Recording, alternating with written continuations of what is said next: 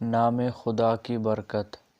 مجدد مذہب جناب سید مرتضیٰ علم الہدی کے حالات میں مرقوم ہے کہ یہ کاظمین کے قریب محلہ کرخ میں سکونت پذیر تھے اور درس و تدریس میں مشغول رہتے تھے۔ ان کا ایک شاگرد ان سے کچھ فاصلے پر بغداد میں رہتا تھا اور اس کے مکان اور سید کی قیام گاہ کے درمیان دریائے دجلہ حائل تھا۔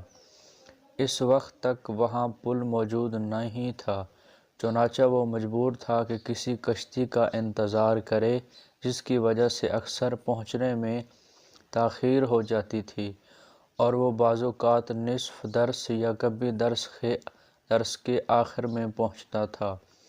ایک روز اس نے سید سے اس کی شکایت کی اور اپنا چارہ کار دریافت کیا۔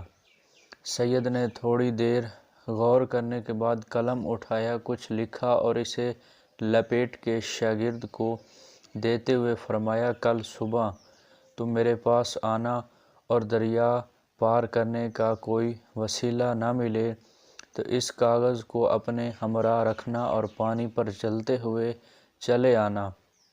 شاگرد نے اس ہدایت پر عمل کیا اور درس میں جلد پہنچ گیا۔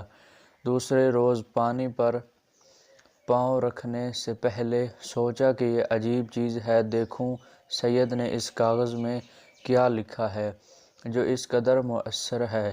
اس نے کاغذ کو کھولا تو دیکھا کہ صرف بسم اللہ الرحمن الرحیم تحریر ہے۔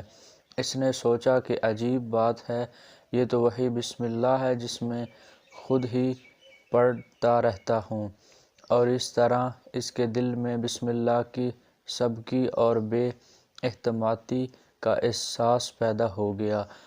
چنانچہ جب اس نے پانی پر قدم رکھا تو وہ ڈوبنے لگا، لہٰذا پیچھے ہٹ آیا اور کشتی کا انتظار کرنے لگا اور ہمیشہ کی طرح معطل ہو کے رہ گیا۔